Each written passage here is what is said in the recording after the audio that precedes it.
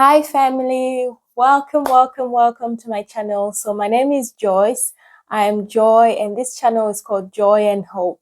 So I'm a physician associate currently living in the UK and working in general practice.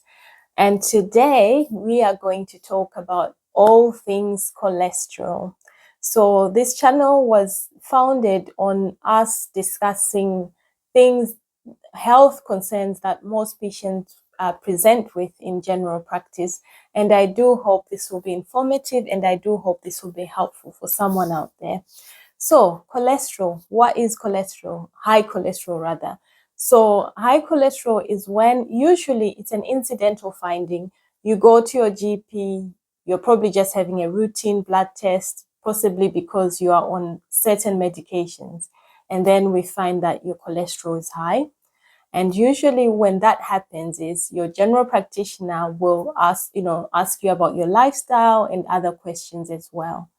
So that is in a nutshell how you would discover that you have high cholesterol. So within that, what are the different types? There are two different types of cholesterol.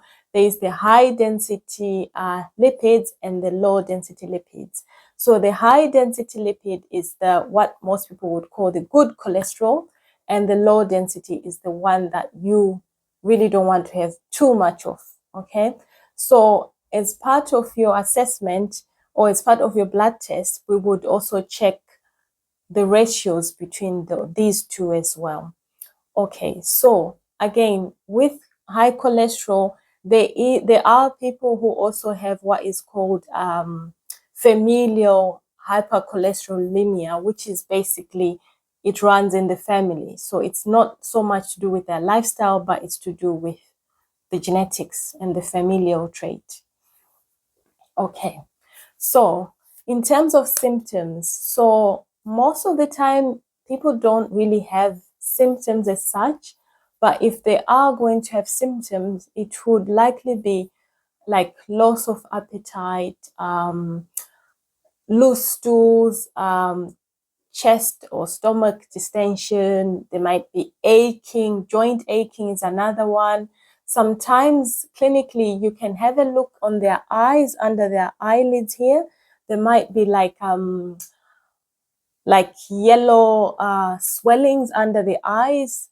You might also have depression. They might, to present with depression, weight gain, heart symptoms or palpitations. But most of the time, really, you won't have symptoms as such. So it's usually a coincidental finding in general practice. So risk factors, I always like to go through this with you so that you can see what you can control and what you can't control. So the things that you can definitely control as far as the risk factors are concerned is lifestyle. Again, what you eat, reducing the amount of alcohol, fat, sugar, those kinds of things will help, which will ultimately, secondary to that, will help you control your weight, because again, weight does have an impact on your the amount of cholesterol that you have. And also stress levels, if you can try and combat those, that would be helpful. I know it can be difficult, but just being more cautious, just having more mindfulness and doing things to try and reduce your stress levels. And unfortunately, some medications as well are linked to you having a high cholesterol. So what are the things that you can't control? Unfortunately, like I said before, you can't control your genetics.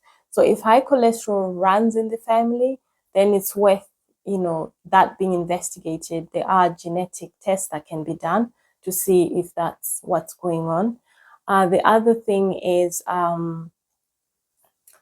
family history. Like I said, you can't control that. And also aging. So as you get older, you are likely then to have high cholesterol, which really can also be linked to lifestyle over the years. Okay. So when I find out that you have high cholesterol, I've looked at your bloods and I can see that you have high cholesterol, there is what's called a Q-risk test that I do. So it's a calculation essentially of what's the likelihood of you having developing a heart condition over the next 10 years. So this Q risk takes into account your blood pressure, it takes into account your ethnicity, your age, whether you smoke or not, whether you're diabetic, your weight, your gender.